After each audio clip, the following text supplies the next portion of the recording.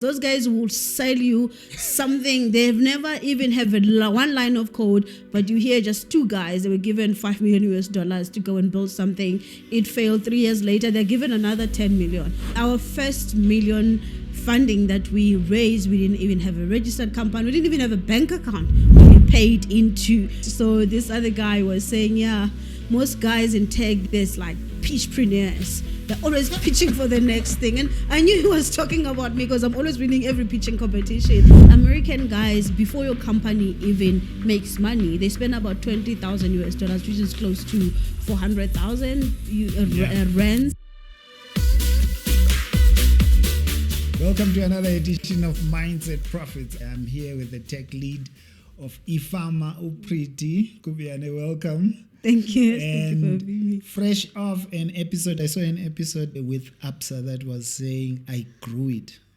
Oh, yes. Things are happening. Yes. Why are you in tech? What's so exciting about it? Yeah. Because I want to educate young people that are getting into tech or that are interested in tech or that don't know about tech to know that there's a future here. Absolutely. So tech has a way of turbocharging everything.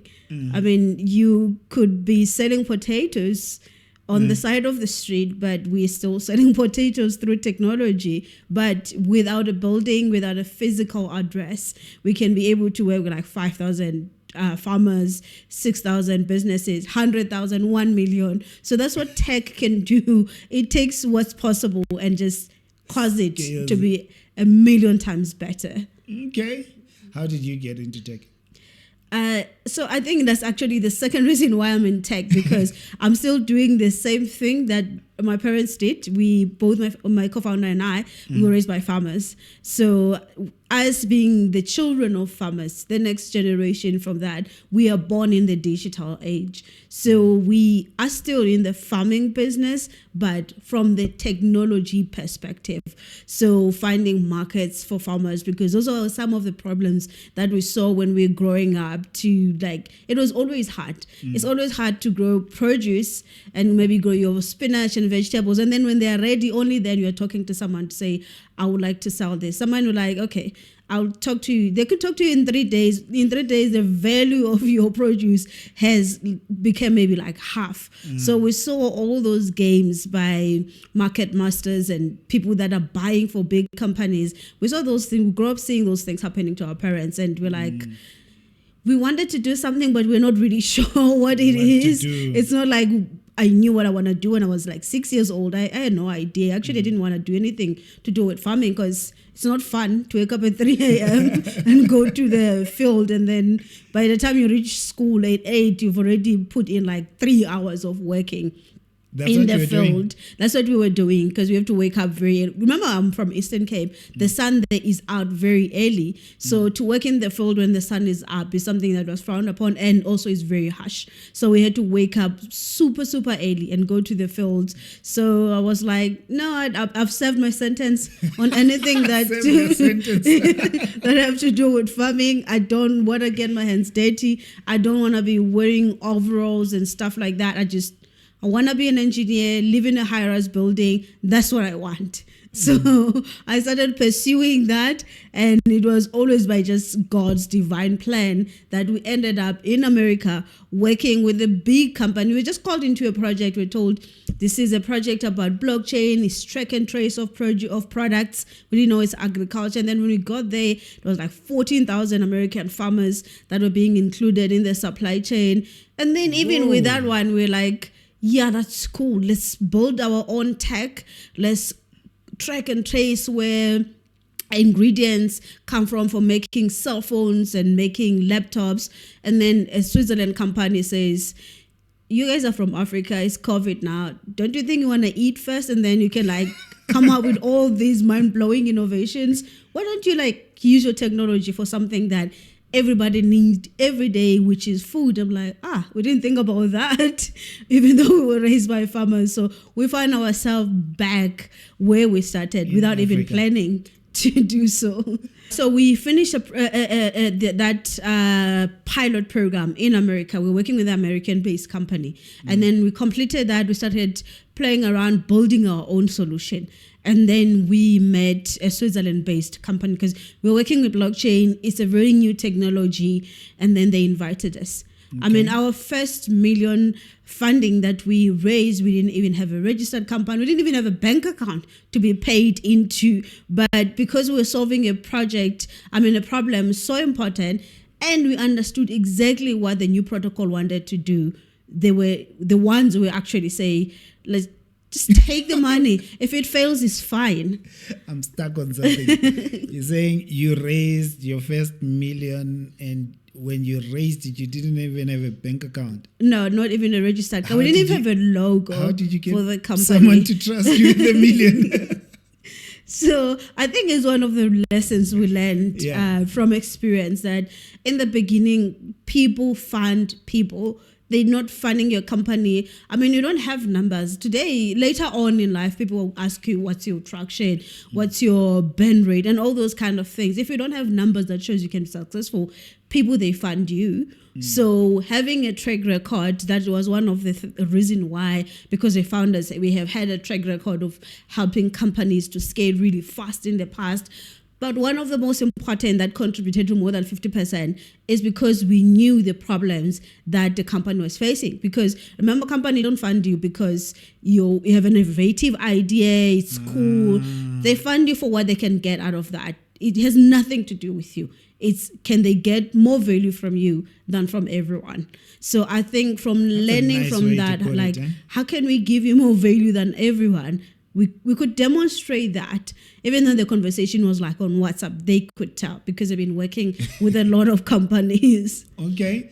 All right. So how long did it take you to sort your house in order when you got this million approval? That's very important, actually, because you can fake it until you make it, but you have a short period of time. So within a week, I've already put together a logo, launched a website, did some research, and then it took us another month to find an engineering talent that had those coding languages and understand a specific blockchain protocol we couldn't find, unfortunately, in South Africa. So we worked with West Africa, Ghana, and Nigeria to build our first part of the technology. But that's another thing. When an opportunity finds you, it has to find you ready. What does your app do?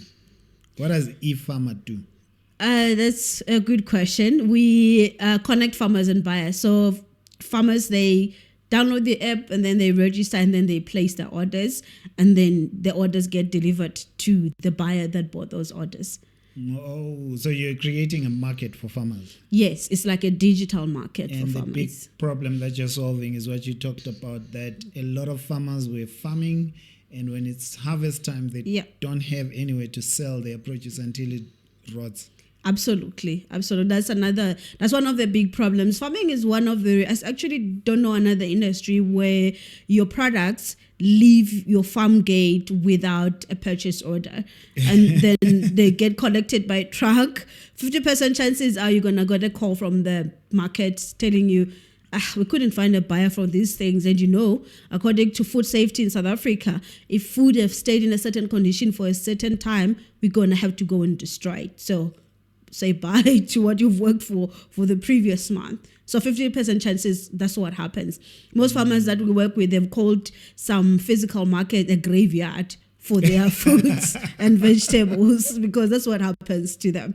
So we just wanted to change that, to say when a truck comes to fetch your veg, even though you're going to get paid in 7 days, at least you have a purchase order.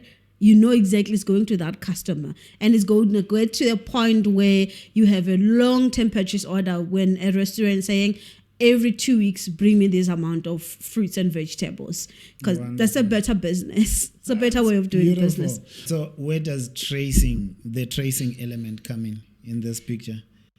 So quality is one of the biggest issue, because every time we go to buy from a retailer, for example, we expect to find a perfect spinach, a perfect cabbage. The chicken is always going to be 1 kilograms. You don't raise chicken to be 1 kilograms if there's no specific method. So most retailers are very strict. They will tell you if your product is organic, they will tell you exactly where to buy the seed. They have a database, which sometimes it works to produce something all the time, but it also lock out certain members that could play. But then they'll tell you buy your seed only from those guys because their seed has been scientifically proven to produce a cucumber that comes out like this. And then you follow this method. So our technologists check where did you buy the seed and what went into the food. So you do that all the time. So big players, they could get a quality assurance company to come every time when they're going to harvest, to take a sample of the product, take it to the lab to check, did what you say went into it really went into that? Okay. Yeah, but the issue now, we found that when we're working with beauty products, and I believe in food, it's the same thing. They could cost like 50,000 to come for one product line. Like, you're already here, why don't you take the other things? No, you need to book another call for them. If you have 6 different products, like if you are growing 6 different crops, every time they come, they wouldn't come and say, okay, like you're already here, why don't you take onions and tomatoes and potatoes? No, it's 50,000 for each. Yes. So like you can pay like a lot of people with a 50,000 rand if you're running a farm in rural areas. So it's not affordable for a lot of people. So it's one of the reasons why we build this technology so that people can input everything that is happening to the produce, especially for buyers like that. They want traceability. They want to know everything that went into their food. That's wonderful. How many farmers are you helping? And now I'm curious. We have 5,000 farmers that are on our waiting list. So now we are going through a vetting process. So we are working with the small farmers to use the technology and few buyers. So they buy and sell so that we can see what works. We are tweaking the technology in the meantime. We are vetting farmers as well to make sure, because we have to be at the farm to see that there's an actual farm. You never used to farm and then can receive orders and go and order from next door to fulfill your orders. All right, let's get to some of the things you've learned, because you've done a lot early on in your journey. What have you learned about raising funds? You raised $1 million without a bank account. That makes me want to learn quite a bit more. What have you learned about just what it takes to raise funding? Because funding is a big issue for a lot of entrepreneurs. Some don't even start their ideas because they think of the vision and see, I don't have the money to do this. And that's the death of that idea. Yeah. No, absolutely. Sometimes I hear people saying they bootstrapped. Like, do you know what a privilege? You have money sitting there to start a business. Like, it's your money. You saved it up. It's available for you. So not many Africans have a privilege to actually bootstrap and put their own money there. But there are ways, because you have to, first of all, you have to start where you are. So you have to be the first investor. So you have to invest in yourself first and foremost. Like right now, in the next 2 months, I have a target of finishing 100 hours in artificial intelligence, because I'm the product owner. Everything that I'm going to need people to build, I must know how to do it and how to master it first and foremost. And it's not costing me a lot of money because I'm learning from Udemy. Udemy is less than 500 Rand to learn from there. So all the courses that I'm doing, I would have completed at least maybe 20, 30 certificates across those 100 hours. I have to wake up super early, 5:30, because I'm employed, even though it's my company. At 8, I have to start my work, and then at 5, I cannot be found training, upskilling during work time. When it's work time, it's work time. That means I have to wake up at 5:30, study for 2 hours, be ready, be at work at 8, and stay back for another 1 hour. Then I get 3 hours.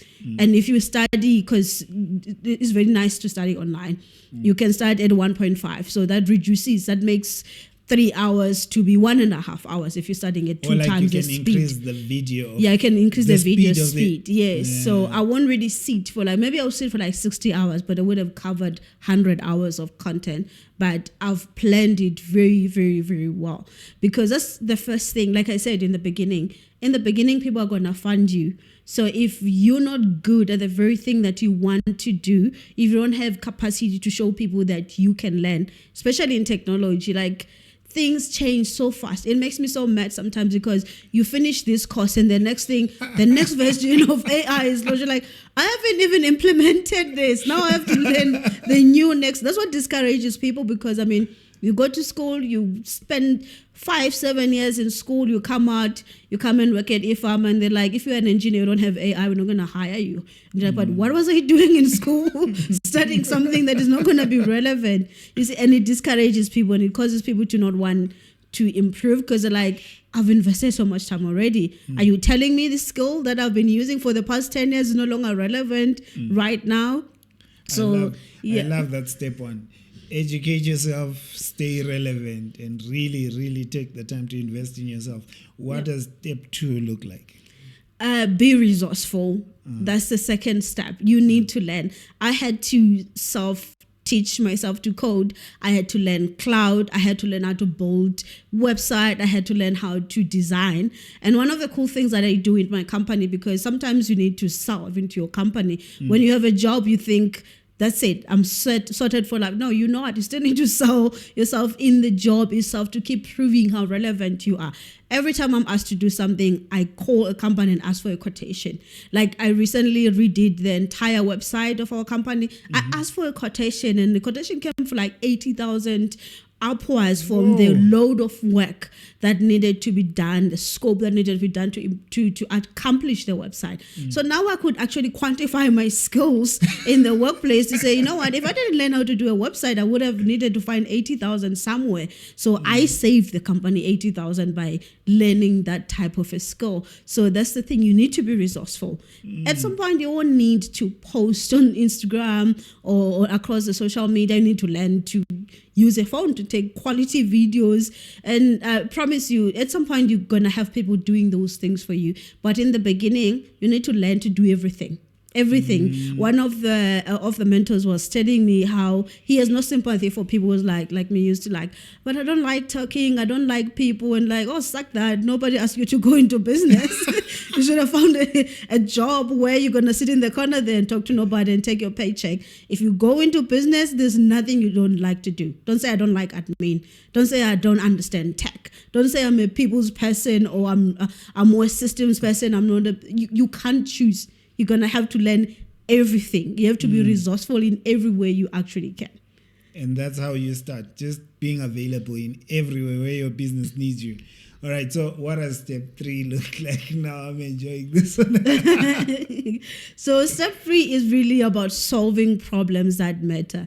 One of the things we like in our company and as a family, there's he used to be, I forgot his name, but he was big in banking. He's like the father of the banking world in South Africa. He loves saying traditional values, innovative ideas. He really was passionate about bringing innovation to boring industries. Cabbage is boring. Potatoes, people are launching stuff in space and people are really building really cool stuff. But we are in Africa, so everything that we have to do, it has to solve something that I do every day. Like everybody's going to eat every day. Not everyone can like launch a rocket into space every day. Yeah, I haven't even met someone like that in person. So that's the first thing. Traditional values, innovative ideas. You see, food is a very traditional, very boring industry, but we're doing it in an innovative, youthful way that attract talents. There's an engineering in it. Because when people think about agriculture, they just think about fortune and like overalls and like dirty hands, but that's just not what is there. So that's a second thing. Solve a common problem. Solve a problem that is faced by a big amount of people, and then create things that can be used every day. Like everyone can use it. Even a child that was born today has to eat, and then in a year they'll be eating cabbage. So there you have another client. Solve common problems in not so common ways, and I guess show the investors or potential investors how you're different, because they're going to be comparing you to other people that have been pitching to them. Yes, absolutely. What about pitching? Where does it come in these steps? Yes, I like that question a lot, because we attended an event and I found myself like being very offended, because I get offended very easily with things like that. So this other guy was saying, yeah, most guys in tech, there's like pitchpreneurs. They're always pitching for the next thing. And I knew he was talking about me because I'm always winning every pitching competition. And I'm like, you think I have a choice? You think I want to go there and talk to like 1,000 people and tell them about something? I don't want to leave the house. A successful day is when I'm at home wearing onesies and facing code in my computer. I don't want to do that. But the thing is, you have to. I also spoke to an impact investor who invests in Africa and in America. And I was like, but those are like two different markets. How do you make a decision to find an African startup versus an American startup? So he said, Americans are big when it comes to BS. Those guys will sell you something. They've never even have one line of code, but you hear just two guys, they were given $5 million to go and build something. It failed. 3 years later, they're given another 10 million because they can communicate their vision. They can communicate a dream in a way that makes you to just want to pay something. And then she said, but when it comes to Africa, we want you to just shut up, put your money where your mouth is. We want to see traction. We want to see who has used this product to show that people need it. And can you deliver on it, and does it actually work? Can you deliver when we give you money? And then I turned around, I was telling her, I think in Africa you don't have to choose. You need both. You need to be very good at pitching. You need to be very good at communicating your vision. You need to be very good at speaking, being out there, build in public. Everything you're doing, do it in public. But after you've done that, after the world has turned its head to see what you are doing, you still need to deliver at the end of the day. So I say be technical competent, but you don't have a choice. You need to build a beast of a brand, and you need to be good at pitching, even if you don't like it. How did you get good? You said you've been winning pitching competition, and it's because you didn't have a choice. Nice way to put it. Yeah. I really didn't have a choice, but I've been very lucky. And I feel like this thing has been following me because I was raised in a family where we had a car fixing workshop. So I was just fixated in cars, and I'll only be the only woman there fixing cars. I remember a few years ago when I was getting married, the village wanted to burn our house because they heard I was getting married to a man because they thought I was a boy. So they thought it was a same-sex type of a marriage. And I'm like, I grew up in front of these people. All this time they thought I was a boy because every time they see me, I'm dirty, wearing overall and covered in oil. So all this time, they thought I was a boy. Only on my wedding day, when we have a traditional wedding at home, I got to find out, like, what do you mean? Are you serious? So like I said, so I grew up being the only woman in the room. So in engineering, most of the time, you find very few women. And even in companies where it's co-founders, it's men and a woman, you find that it's a man that is always on the forefront of things, talking and pitching and doing those things, which for me, it gave me competitiveness because there's only two women in the competition. Like they have to choose one between the two. So that environment forced you to just challenge yourself. Yes, so it really forced me to challenge myself because I saw now there's like tangible efforts to really put women in technology. And if there was a time for women to get into technology and engineering, this is the best time. Like at least once a week, there's always going to be competitions, funding, proposals that are put out there to say apply for this and apply for that. There's so much support that is going towards women in technology now and in engineering so that we can get in there. We can't say now cybersecurity is male dominated, AI is male dominated. It started now. We were here. We were here. Our moms were raising kids when our dads went to the mining and they couldn't work at the mine. Now we are more digitally savvy than men. We are always on our phones. So at least we have that opportunity to be in the room also. Okay. I love it. Do you remember practically some of the things you used to do to practice and harness your skill of pitching? Yeah. So one of the things I like, and my mentor always challenges me on that, is instincts. Women are good when it comes to instincts, but something that grows your instincts is being overly prepared. That's why in 2 months, I want more than 100 hours in artificial intelligence because there's something about doing something over and over and over and over and over. instincts are your superpower because you just tap into the best of what God made a human being to be. So being overly prepared is one of those things. I will put in a lot of hours on things that people are taking. I wouldn't take anything for granted and say I understand. What do you mean? It simple means ABC. I don't take things at face value at all. So I put in a whole lot of hours to learn about every part of every part of the pitch. And also I like to begin with the end in mind. Most competition, they'll tell you up front to say, how are you going to judge me on? I don't enter if they don't tell me, because I don't know what to say, because I want to speak to what you are looking for. So some of them will look at what impact can your technology provide. Then I learn there, how do you measure impact? I didn't know, for example, job creations, because technology don't create a lot of jobs, but they create a lot of indirect jobs. Because when you look at the e-farmer supply chain, with just 5,000 farmers that we have, the amount of jobs, because if you can help 5,000 farmers to have consistent income, it means the 10 people they hired in that farm are jobs that will be secured because your technology exists. So those are indirect jobs you sustained. For example, we worked with one farmer. In November, when we met him, he was farming 1 acre of land. And then we met him again in May, he was farming 4 acres of land. And he has hired 2 more people just because it was part of the program, of the pilot program with us, receiving orders. That means now he can keep the jobs, and then the jobs can actually grow.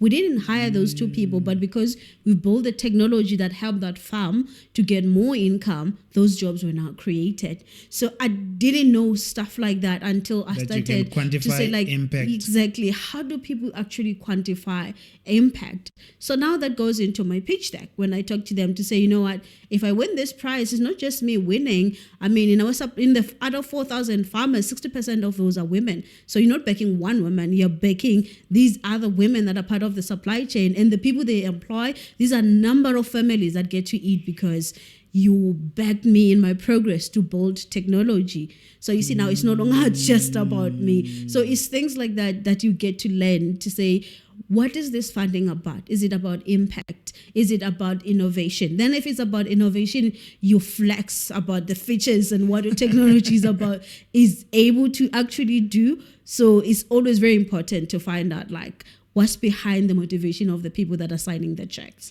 All right. The hardest part that I've seen people struggle with is when they get to the question of how much money do you need? How much are you looking for? Sure. We've been very lucky because we started in America, and those guys, they believe in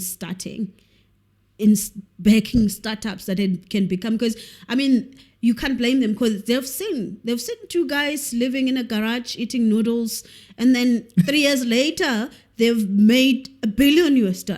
So they see those things every day. That's why when someone is saying I'm starting something, they can tell it will go far. And even if it doesn't go far, they actually believe in that. So because we started there, we know the value of American guys, before your company even makes money, they spend about $20,000, which is close to 400,000 rands every month. Where do you get that? That company hasn't made any money. And they have a roadmap of in 18 months, we need to build tech, start building users before they can even make a single dollar. It's not like they're going to be profitable tomorrow.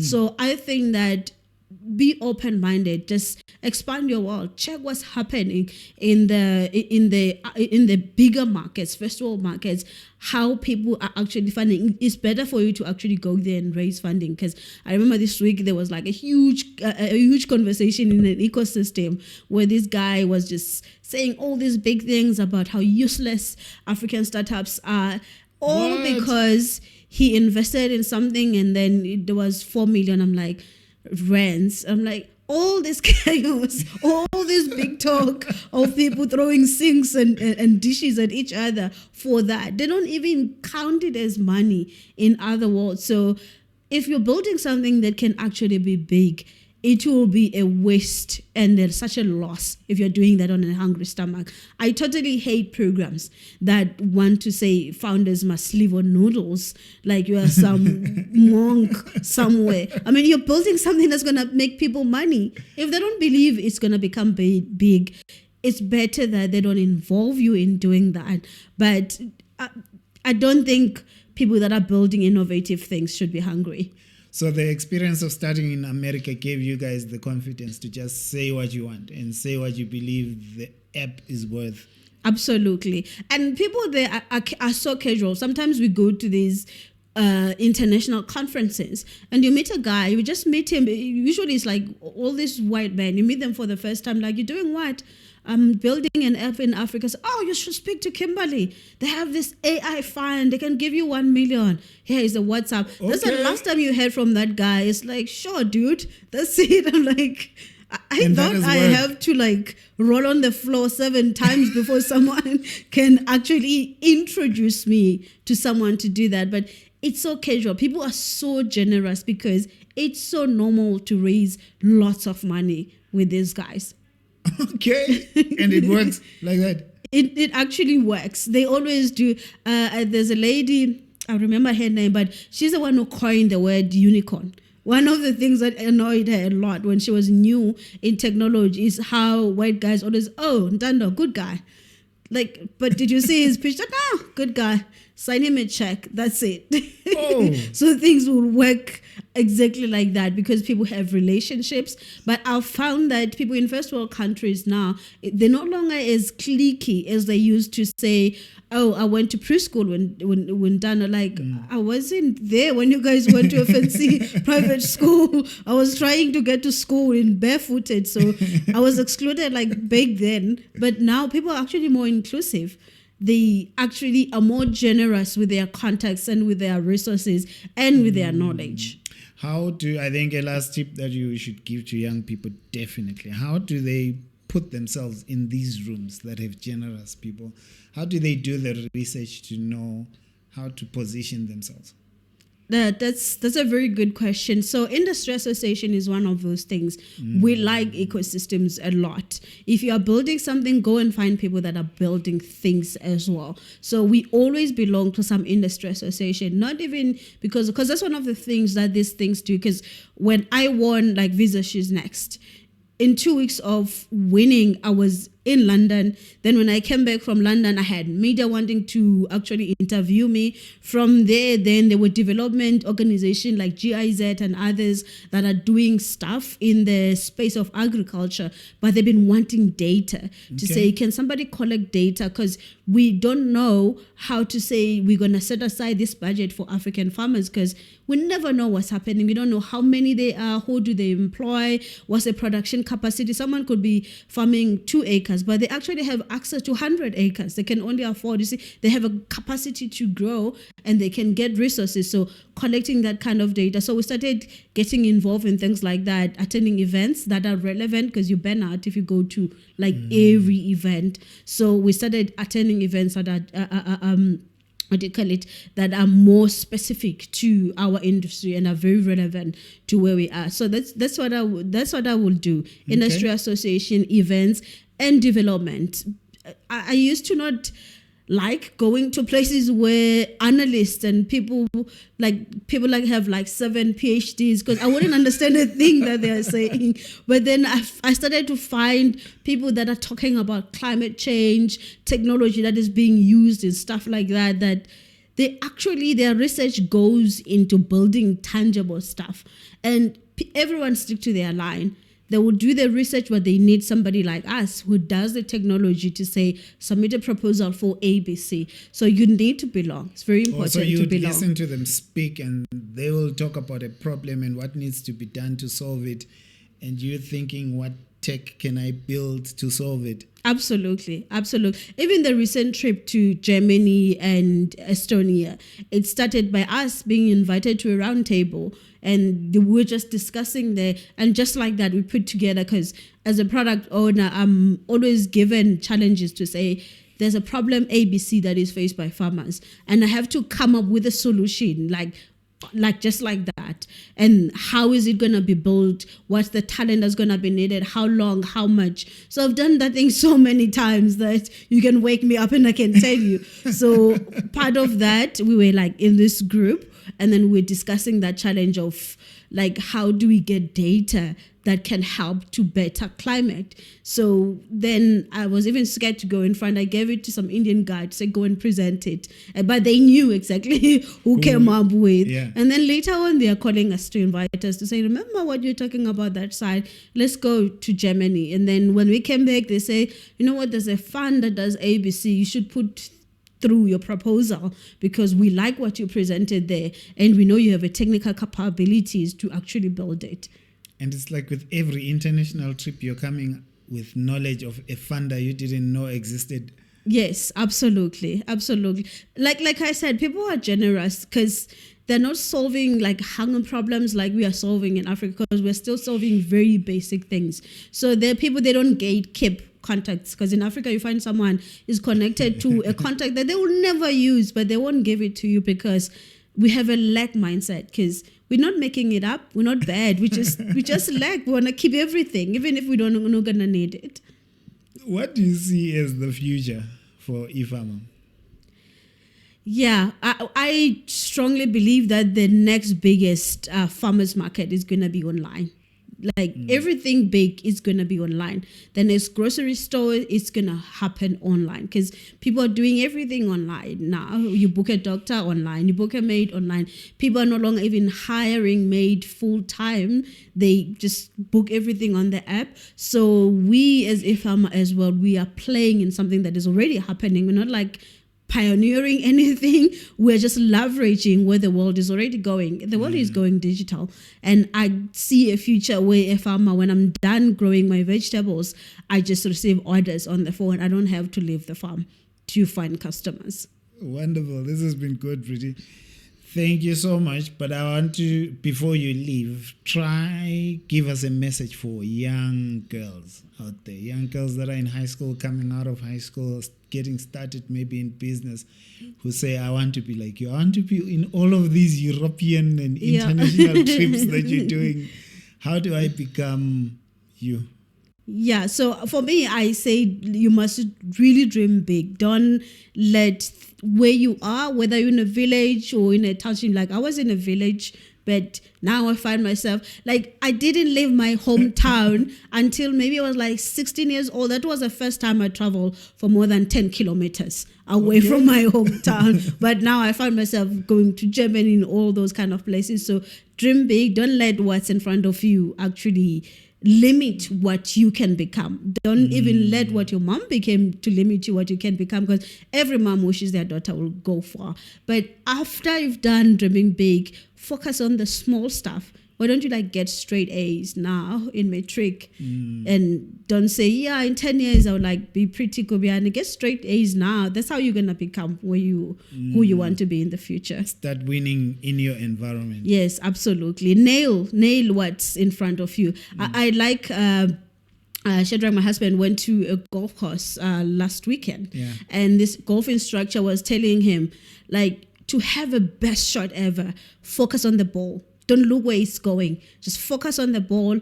Focus on your stature, how you are standing, how you're holding the golf hitting thing, and focus on the ball. And it's going to go really, really far. Don't look where it's going. Don't even look at the guy next to you, what they're doing.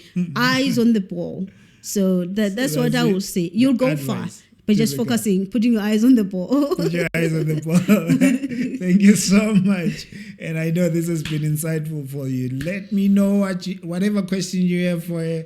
Put it in the comments. We'll see. We'll make a plan to get her to answer your questions. But from now, see you in the next episode. Thank you.